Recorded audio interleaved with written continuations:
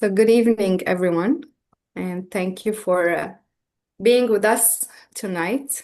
And my name is Rana Salman, and I'm the Palestinian co-director of Combatants for Peace. We're really glad to see so many familiar faces and friends from all around the world joining us tonight, and also new friends coming together. This is a conversation.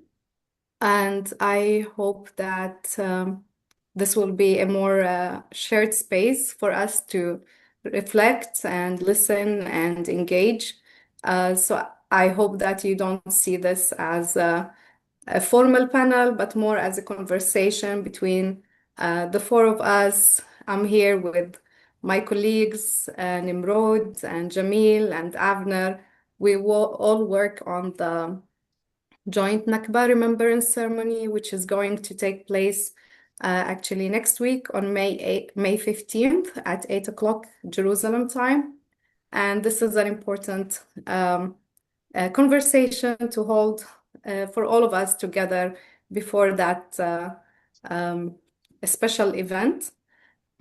Because we basically feel that the Nakba can be misunderstood moment in history, and we just would like to invite you to ask your questions and send them here.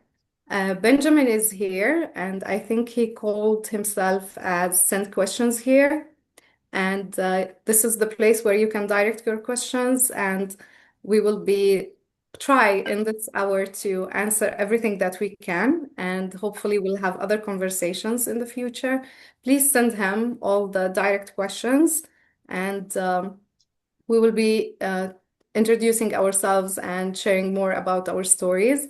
But before we move ahead, I'll just share some technical aspects. For everyone, please notice that there will be a button at the bottom on the screen that says interpretation, and you are welcome to select the language that you would like to hear. It will be English and Arabic. Thanks to Basim, who joined us, our translator.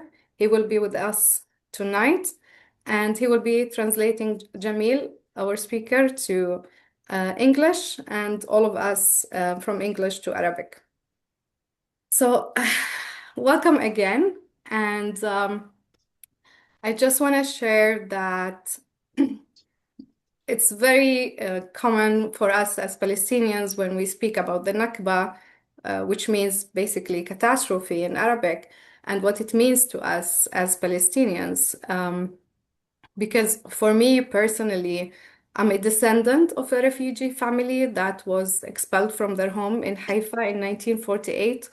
So I actually grew up with these stories of loss and displacement and carried that painful history as I grew up. And it actually helped to shape my identity and who I am today, and to make the choices to work towards peace building and reconciliation, and to resist the occupation and all forms of injustice. So my grandparents were actually made refugees in their own homeland, and they lived their whole lives longing for home. So they shared many stories with us about how they left everything behind, how their identity was ripped away from them, how they lost their belongings, how they lost the land, the home, the memories. It's not for us as Palestinians, the Nakba is not just a moment in history. It's not just a historic fact, but it's still a continuity that we witness of the injustices today, which we will be talking about later in this evening.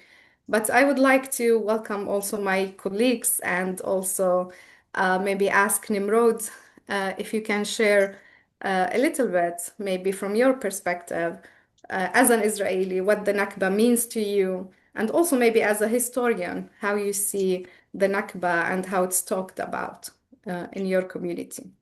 Nimrod, please feel free. Thank you very much, Rana. And thank you everyone for being here.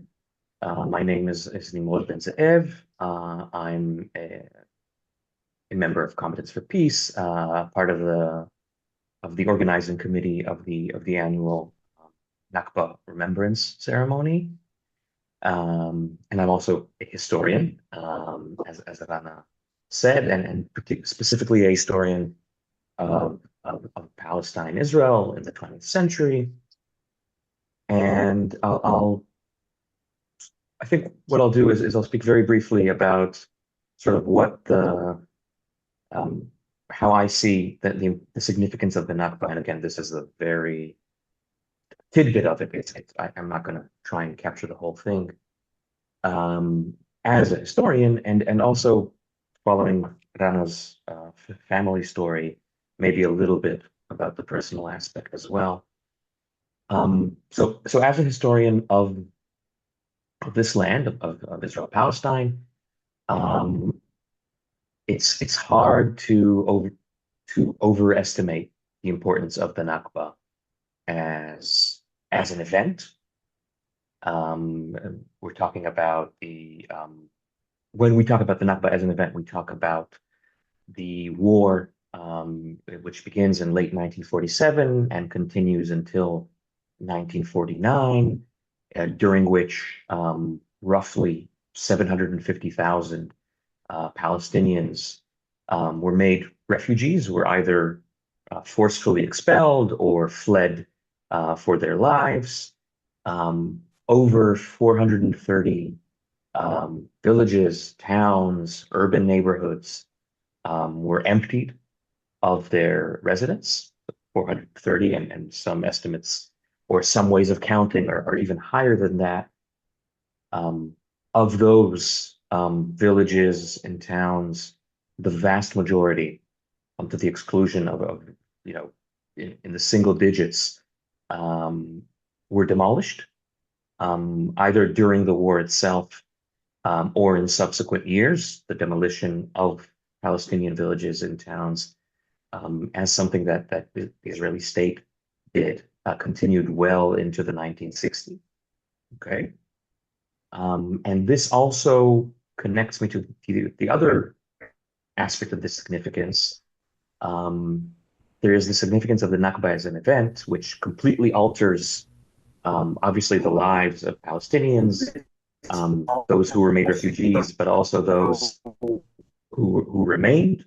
When we talk about Palestinian citizens of Israel, 150,000 who were able to stay in their homes or return to them, but were a vastly diminished community. And the 750,000 obviously became refugees, either in the West Bank, Gaza, Lebanon, Syria, and beyond. But we're also talking about an ongoing process. So the Nakba isn't just an event. Historians no longer think of it, following Palestinian writers and activists, as just an event, this sort of period of 2 years, because expulsions continue after the war, until the late 1950s, at least, expulsions from what becomes Israel. But also because the dynamic of expulsion, of control, of minimizing basically the possibility for Palestinian life continues until this very day, which is why we speak about an ongoing Nakba. I'll stop here from the historical perspective, and we can return to this at any point if you'd like. And I want to share something from a personal perspective. So Rana mentioned that her family was from Haifa and is from Haifa. And I remembered a story that my grandmother told me. My grandmother was a Holocaust survivor who came to the new state of Israel very early on, was on the Exodus and all that. And well into her 70s, she told me a story that she had never told me before. She told me, as I was sort of moving into studying Palestinian history, she told me all of a sudden that she remembers a day when they first arrived, and they arrived in Haifa. And she remembered the sound of trucks in a very early morning and the sounds of women and children and men and the commotion.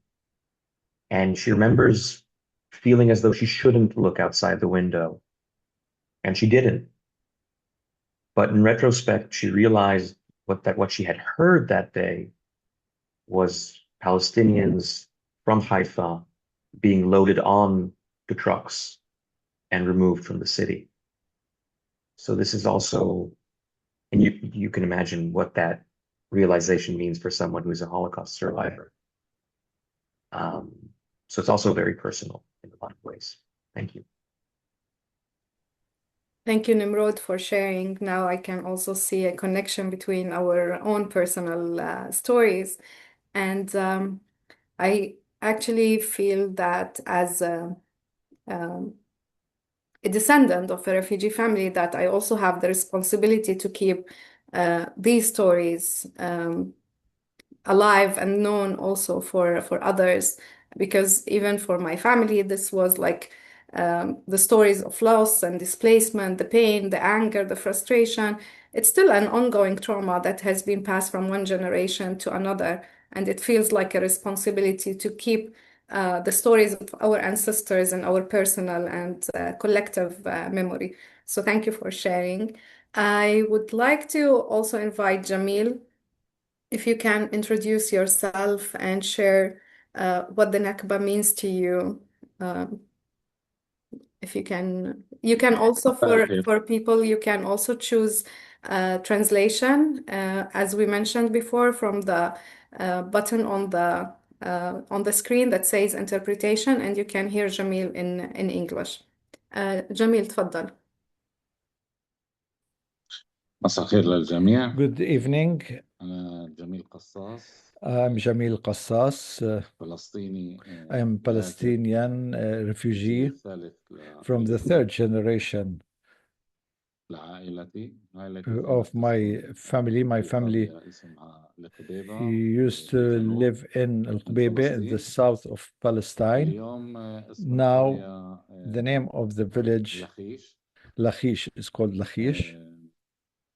بالنسبة لي النكبة For me, Nakba هو قصة وتاريخ is a story and history من الصعب إنه that is hard الشخص إنه يتجاوزها. for anyone to overcome. كثير أنا كنت I أسمع أجدادي used to hear my grandparents talking about their memories in the village, how my grandfather was murdered in the village, he was killed, and how what happened in Deir Yassin and the Waime and other neighboring villages of my village, all the massacres that took place there. And at that time, it was Nakba and ethnic cleansing of Palestinians in these Palestinian villages. I think today,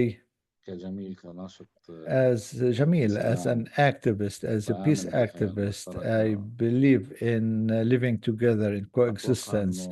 And I believe that acknowledging Nakba, that this is the beginning of a joint path together, the same way I acknowledge the Holocaust, where 6 million Jews were killed on the Nazists by the Nazists. I believe from the Israelis and from the international community to acknowledge a Nakba, and we all know that since the beginning of the Nakba until today,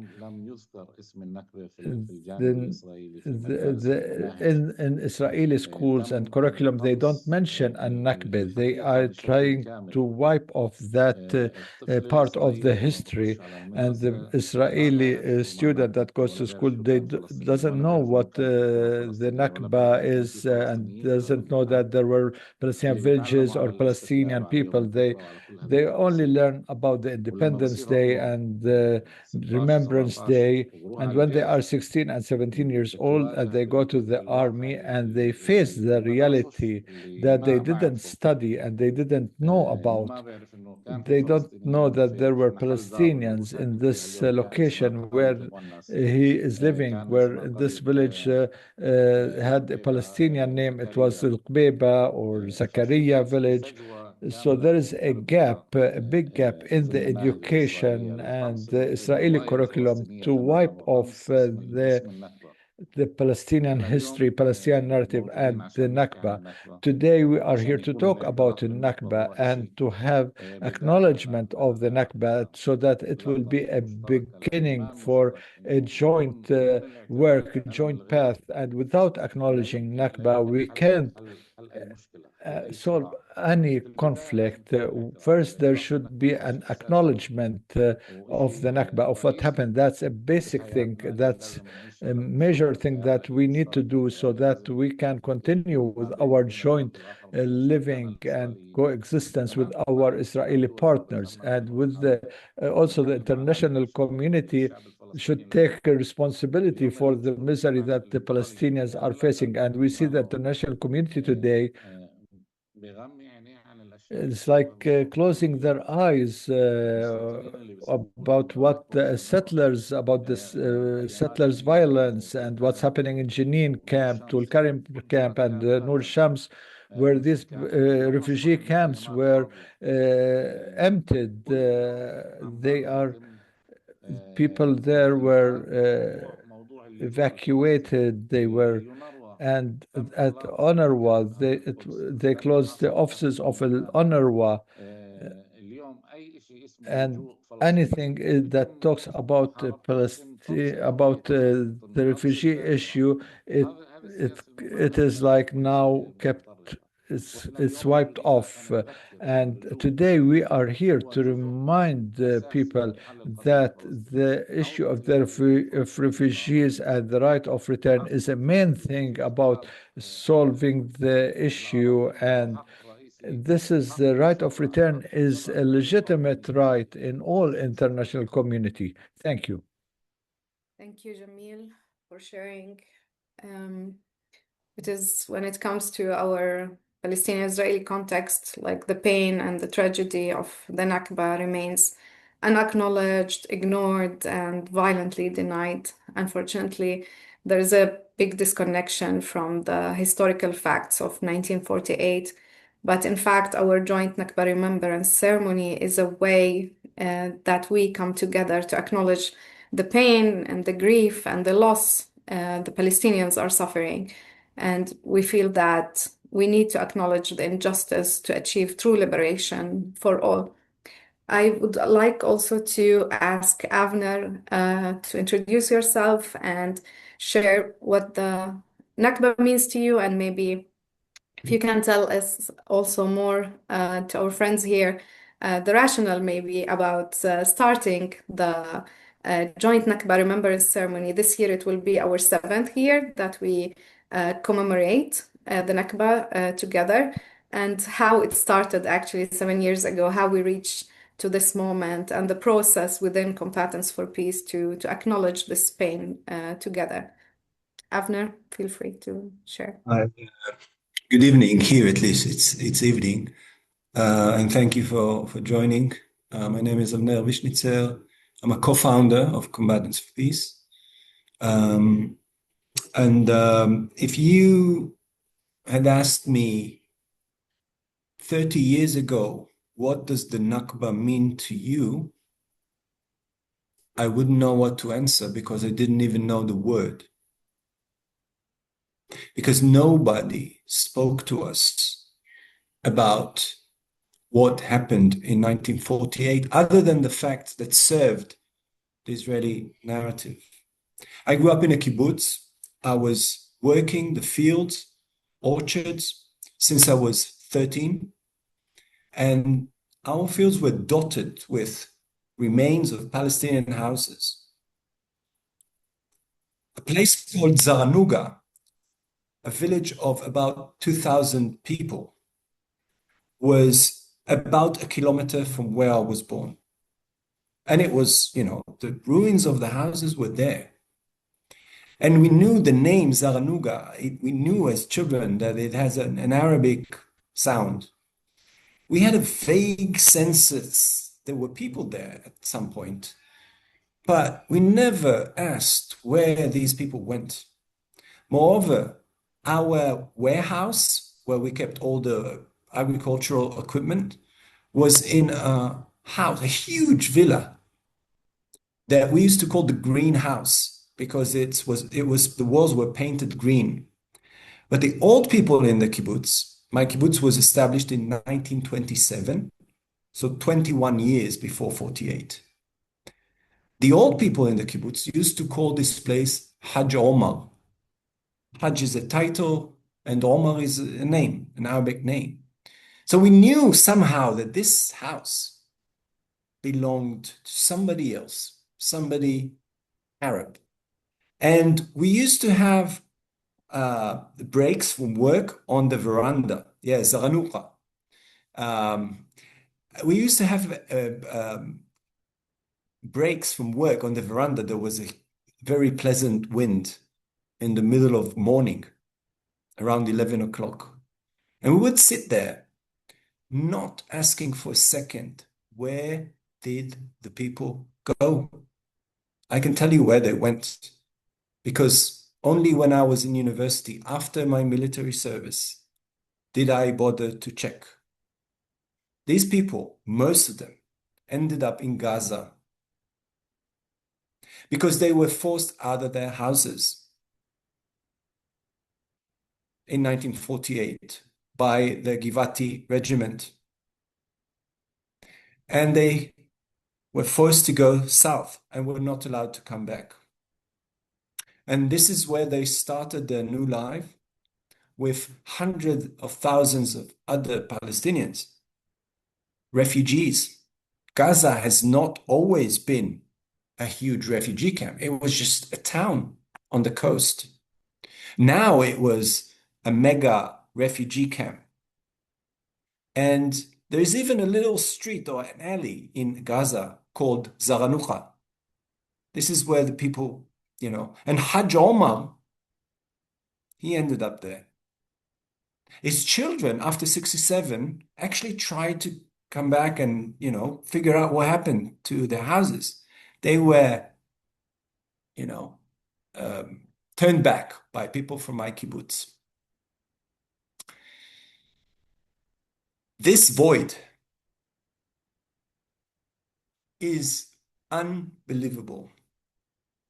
And this, to this day, is what most people in Israel know, or rather don't know, about what happened. It was actively denied in Israeli public sphere, in the education system, by many mainstream historians. And so, of course, journalists, you name it, the establishment, for decades.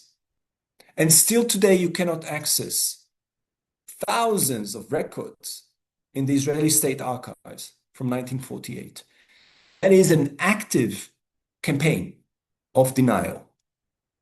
For me, and I will end soon, bear with me.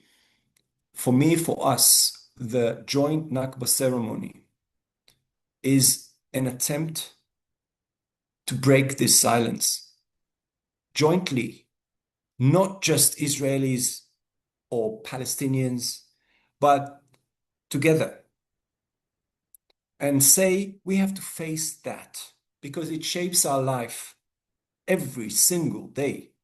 I mentioned Gaza. I don't think I have to add to that, right? We have to talk about the Nakba. We have to think about the consequences. We have to acknowledge the pain, as Jamil said. We expect that as Israelis and as Jews. Why do we deny that? Other people, the people that we have wronged, they may have wronged us as well. We can talk about these things. Stop being so afraid And this is what we're trying to do in this ceremony. And it's one last sentence. It's part of a much bigger effort we're doing in Combatants for Peace for more than 20 years now. And that is to create a third narrative, not an Israeli or a Palestinian, but a narrative in which both sides can feel at home to some extent. And as you know, home is not always only a pleasant place. Home comes with sometimes with fights, with, ask Sigmund Freud. So this is part of a much larger vision, which is future-oriented. It's future-oriented, but we can't imagine a different future without also engaging honestly with our past. So this is what we're trying to do here and in the Memorial Day ceremony that just happened 2 weeks ago, and in countless workshops and you name it that we do throughout the year. Thank you. Thank you, Avner.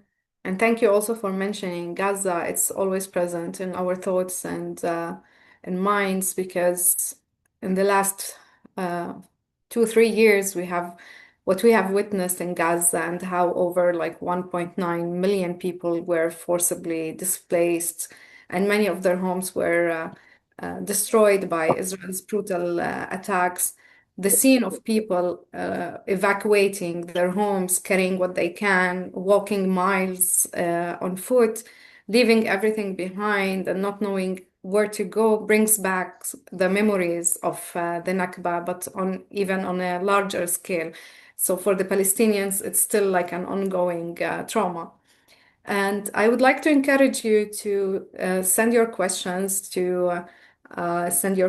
here. And we just received one that I would like to share. Maybe Nimrod, you would like to answer this one from a historical way.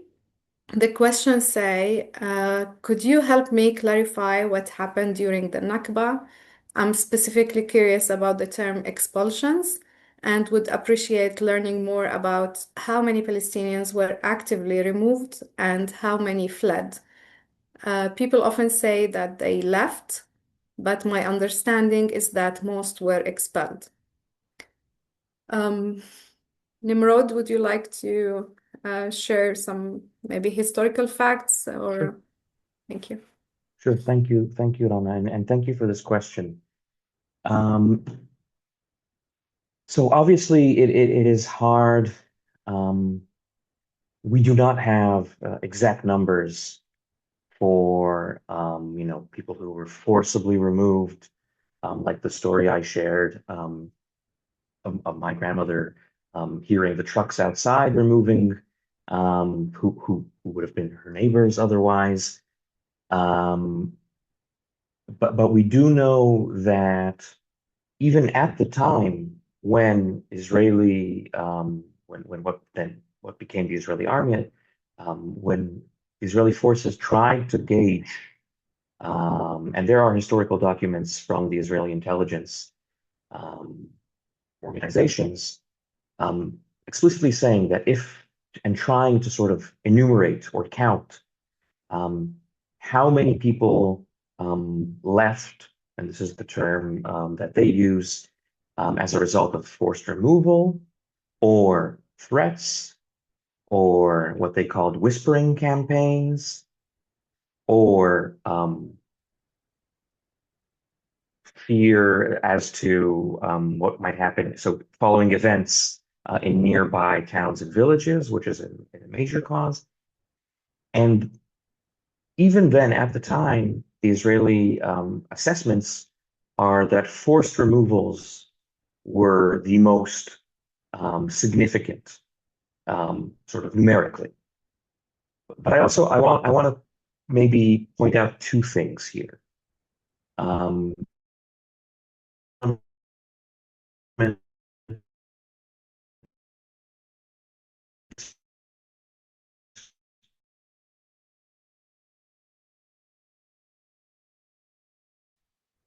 Is that, and I said this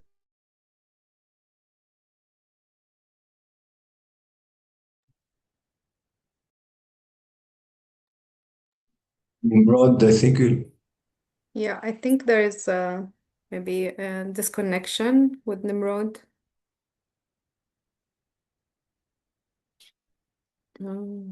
Okay, I'll just give it a few seconds.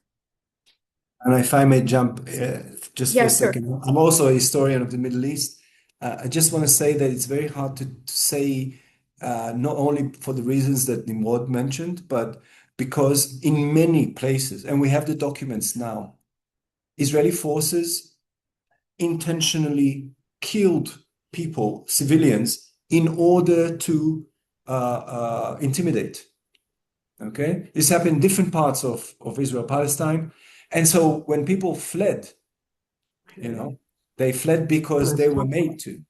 So it's very hard to say. No, that's the audio for me. Oops. One last point, other than forcing people to go, Israel prevented them from coming back, right?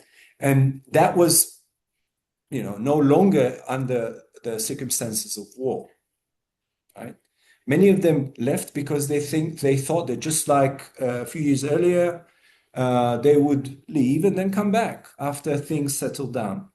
So that's also important to know. Yeah. Can I thank you, Avner, for picking up the slack? My apologies for my internet. I want to say something a bit more about Avner's last point.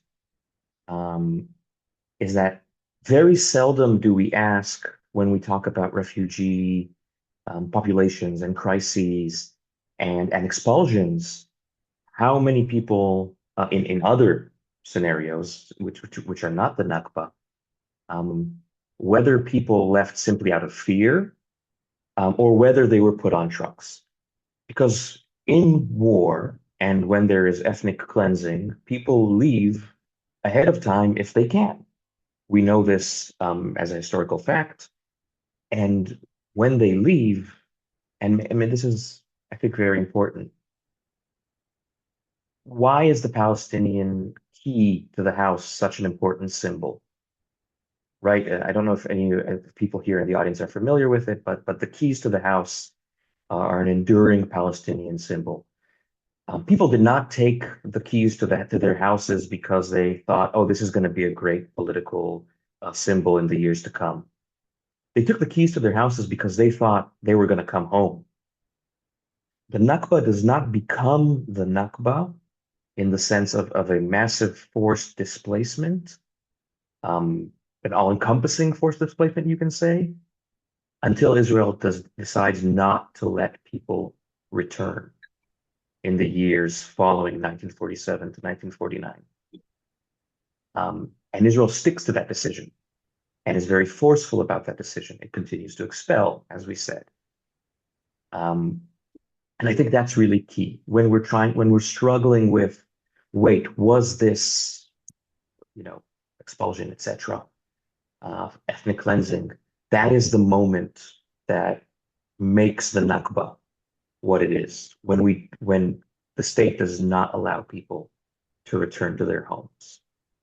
Okay, I'll end there. Thank you, Nimrod. Speaking about not allowing people to return their homes, we have also like a question here about the right to return.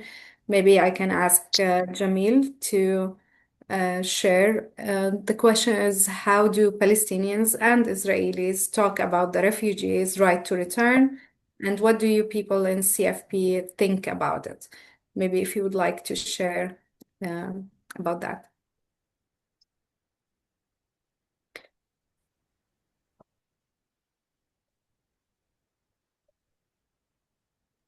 You're still muted, Jamil. And for آه. others, you can طيب. choose the English interpretation. هناك قرار في هيئة الأمم There's a بقرار UN resolution about the right of return for Palestinians, but this has not been implemented at all من الحكومة الإسرائيلية by the Israeli government. ولم يكن هناك إقرار أو إلزام And في المجتمع الدولي there wasn't any like enforcement mechanisms to implement the right of return resolution. And we know there are many UN resolutions regarding Israel that were not implemented or enforced. And for me, as a refugee, I uphold to my right of return to my land, to my village. And I believe that our joint life, our coexistence with the Israelis, أنا بقول اليوم في اتفاقية لإقامة دولة I think there is an agreement to have a Palestinian state on 1967 and alongside the Israeli state. But the biggest thing, I don't, my dream is not to have like two separate states. My dream is to live as Palestinian Israelis together without identifying the citizenship or nationalities. We can live together everywhere we choose, and the suffering of the Palestinians outside in the diaspora, like 3 million Palestinians in diaspora, part of them, they have good life, and the biggest part, they have a miserable life and tiring life and humiliating life because they are not living on their land and naturally, and that's part of their right to return.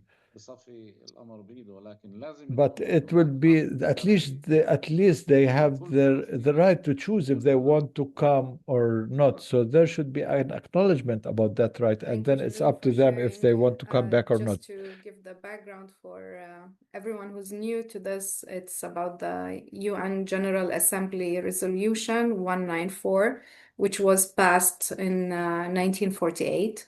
And that resolution states that refugees wishing to return to their homes and live at peace with their neighbors should be permitted to do so at the earliest practical date, and that compensation should be paid to those who choose not to return or for lost or damaged property. I think for many Palestinians that resolution was very important because it affirms the principle that people displaced during the Nakba have a right to return to their homes, and it has seen not just as a political demand, but as a recognition of a basic human right tied to property, identity, and dignity. Maybe Nimrod or Avner, would you like to share about how Israelis are talking about the Nakba?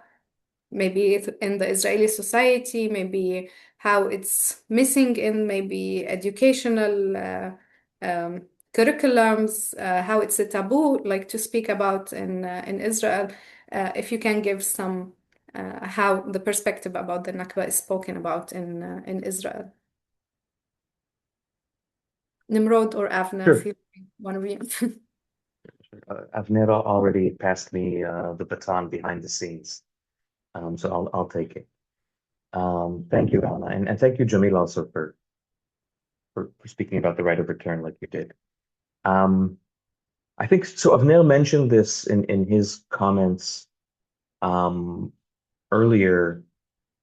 The Nakba is almost entirely silent in the sort of Israeli public discourse, in the educational system, to the extent that there were maybe some small steps towards recognition, not of the Nakba, but of maybe a displacement in general,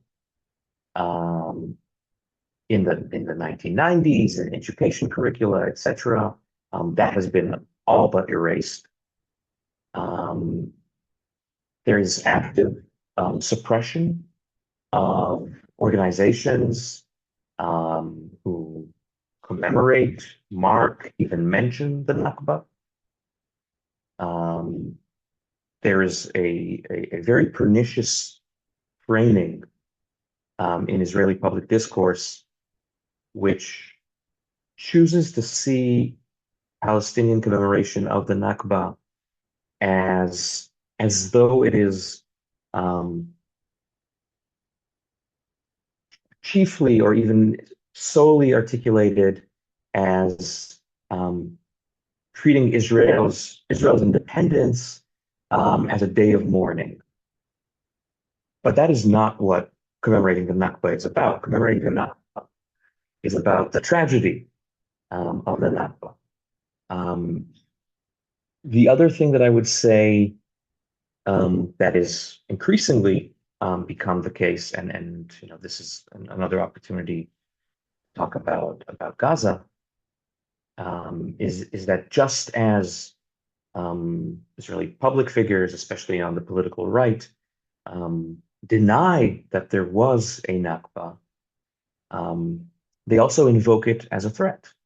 We saw that in relation to Gaza throughout the past 2.5 years. The rhetoric of there was no Nakba, but now we'll have a second Nakba is very much part of Israeli sort of right-wing popular discourse. I don't want to belabor the point, so I'll stop here.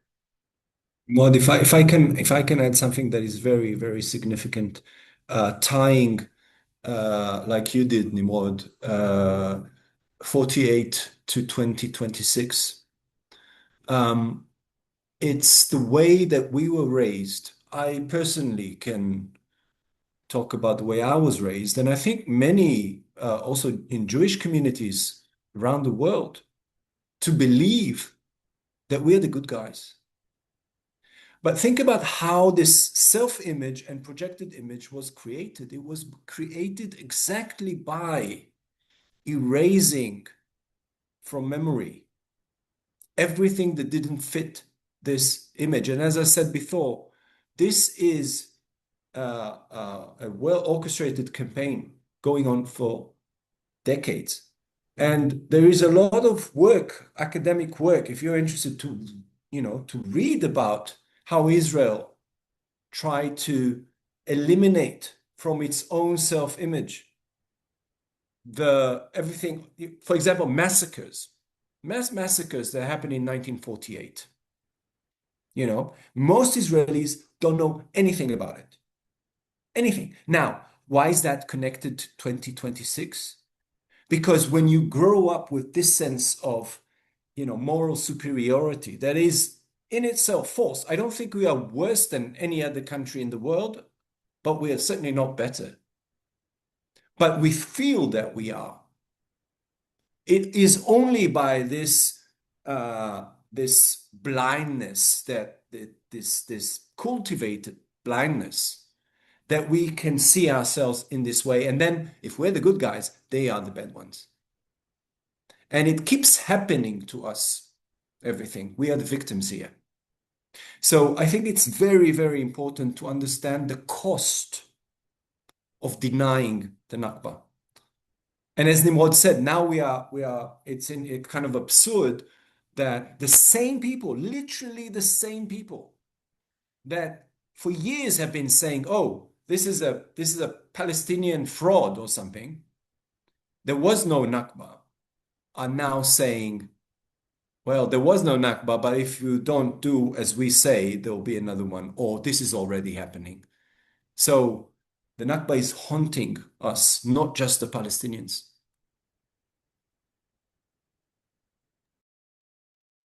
Thank you, Avner. There is a question I would like to follow up with, because it says, even with a mutual recognition of the Nakba by Israelis and Palestinians, how does the situation move forward toward proactive reconciliation? I would just, maybe I'll just answer this, and then we can also choose more questions. I think at some point we have to start the healing process somewhere. And I feel that our joint Nakba Remembrance Ceremony is an opportunity to bring a clear message of acknowledgement of the injustices that are happening, and to offer that solidarity from Israelis, and also the willingness to accept this gesture from Palestinians. It's only the beginning. Like, so much more needs to be done on the path of reconciliation. But we do believe that our ceremony can serve as a first important step. And I will just take this opportunity also to invite you to watch the ceremony this year. Many of you also asked if we will have testimonies. We will actually hear testimonies from 48 and from recent also Nakba that people are experiencing, and how we can continue to do our joint work for collective liberation and justice to everyone and equality. And I think we'll take another question. We still have more time. Maybe Jamil, if you would like to answer this one. I'm wondering how we can approach who might feel neutral about the Nakba or downplay it by saying that there are two sides to every story. Jamil, if you would like to share your perspective or an advice.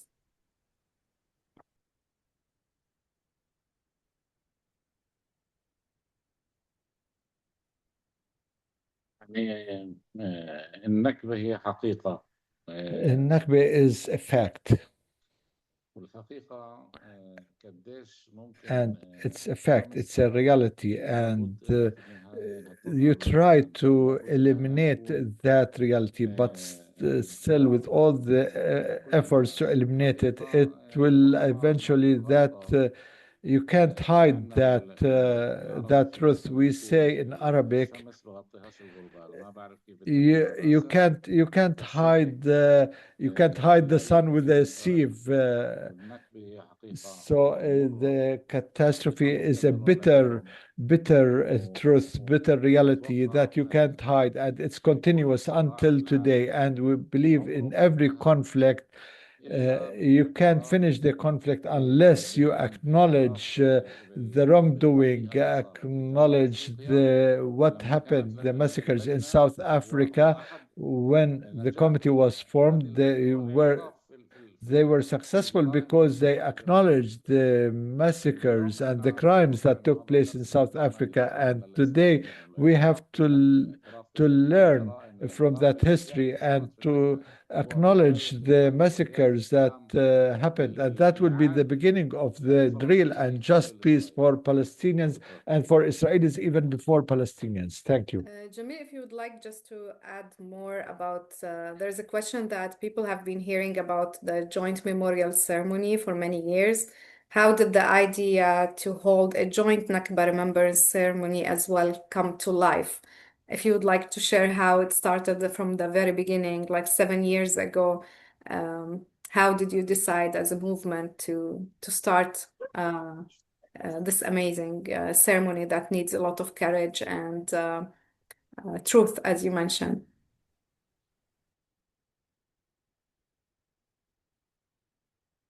شكرا على السؤال. Thank أنا you for بتذكر وكثير من المقاتلين my بتذكروا other colleagues in the Competent of Peace mentioned about that. Like 8 years ago, we were in workshop in Al-Aqaba, and the facilitator of that workshop, we were in the workshop in the morning, and we saw on the board, or عدد السنوات الاحتلال اللي هي بلشت في 67. we saw the number of occupations since 1967. And for me, I looked at that date. I said, this date does not represent me, because I was expelled and from 48. How you wipe off 30 or 40 years of the history of my family and all the massacres and crimes that took place, and you wipe off all that history and start from 1967. And I insisted that the date of occupation will start from 48, and that raised a lot of discussions in the hall, and I was very proud of my Israeli colleagues. It wasn't easy for them, but they accepted that, and we studied that, and we did a research. We brought Omar Ghreibe. He's the director of Memories, Zokrot, and they talked about the Competent for Peace for those villages that were expelled and demolished in 48, and all the history of 48 that was discussed during that workshop and was studied and discussed with the members of competent of peace. And we had a vote in a conference that we did in Talita Qumi if we want to adopt the occupation from the date of 67 or 48. And as I said, I was very proud that my colleagues, they acknowledged the right of return and the Nakba. This really, I was so proud that I was acknowledged, and I was there, and they acknowledged my history, my narrative, my story. And it was important for me that my story is being heard. And since then, we started talking about commemorating the Nakba Day and to do it jointly. And I'm really very proud of Avner, Nimrod, Tamar, and all of them who are with us today, and Suhair that is leading the Nakba Day, Hassan, the whole team that is commemorating that day. And really, this will be a historical event and will be above expectations with all of our efforts. So really, I'm thank you for all of our colleagues where they understand us, and we discuss really sometimes very sensitive and difficult issues, but we don't run away from these difficult issues. We put them in front of us, discuss them, and we take decisions. Thank you. بالضبط جميل بدي أضيف I want to add when Jamil first started talking about the Nakba, being honest here, and Jamil knows that we've talked about many times since, I was terrified. I grew up in the kind of the Zionist left kind of thing, where everything, as Jamil said, started in 67 because it was more convenient for us as Israelis not to doubt our narrative in a more fundamental way. And whereas talking about a Palestinian state, 67 lines, so on and so forth, was already difficult. We were already branded traitors in the early 2000s when we talked about these things. Some of us refused to serve in the occupied territories. Now you want to bring in the Nakba? I mean, we will be talking to 1%. If until now we talked to maybe 20% of the Jewish Israeli, now we're talking to 1%. What are you doing? You are undercutting our efforts. But as it happened so many times through this long journey, in which I am, for 20 years now, I just learned from my Palestinian colleagues and friends, and I got to a point that I could no longer not see what I was taught not to see. And it's like the Matrix, right? Remember the movie, right? It's like Platon's cave. Now we have to allow other people to see. And this is where we need your help. It's not just about Israel-Palestine. It's about the whole world that is going down, excuse my language, it's really down the drain. It's really shit, right? And conflicts everywhere, and denial. Somebody wrote on the chat, slavery, you name it, it's everywhere. So by helping us bring out this voice, it's not just caring about those people who live in this godforsaken country. It's about all of us. Are we willing to face historical truths even when they're not pleasant? Because they, as I said, they haunt us. So help us actively to bring this ceremony to as wide as an audience as possible. From now, from when we end today, tonight, spread the word in every possible way. There's so many people out there that might be informed, touched, moved, mobilized into action. Thank you, Avner, for that call to action to everyone. I think we're almost close to our end of our meeting, but I would like just to invite Nimrod, if you can share just like for 1 minute how we should understand today's displacement and violence in relation to the Nakba. For us at Competence for Peace and as Palestinian, we have been saying that the Nakba wasn't just one moment in history. It wasn't just in 48, because we have been witnessing the same pattern of injustices for so many years.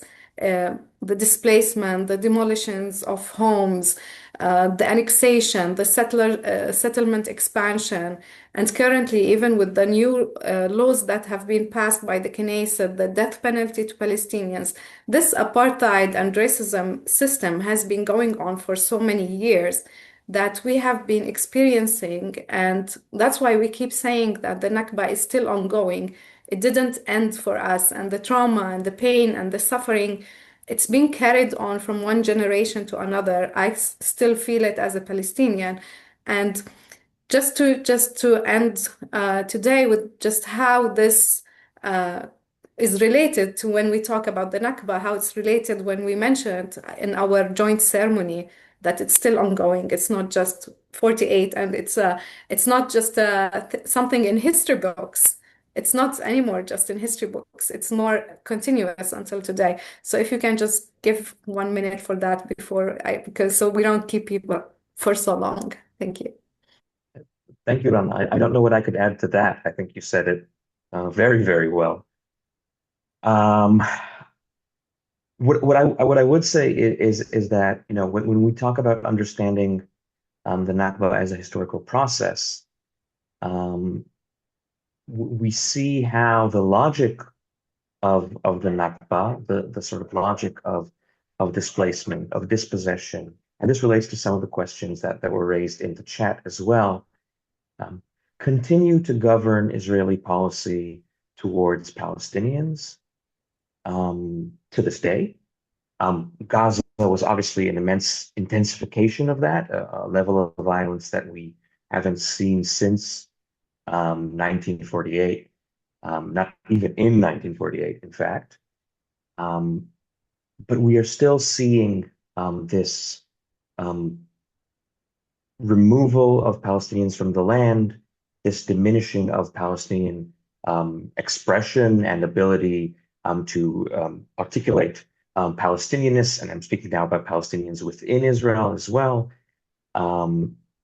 And the very same patterns, we'll talk about this at the ceremony, the very same patterns of displacement show up time and time again in 48, after 67, and in 2026.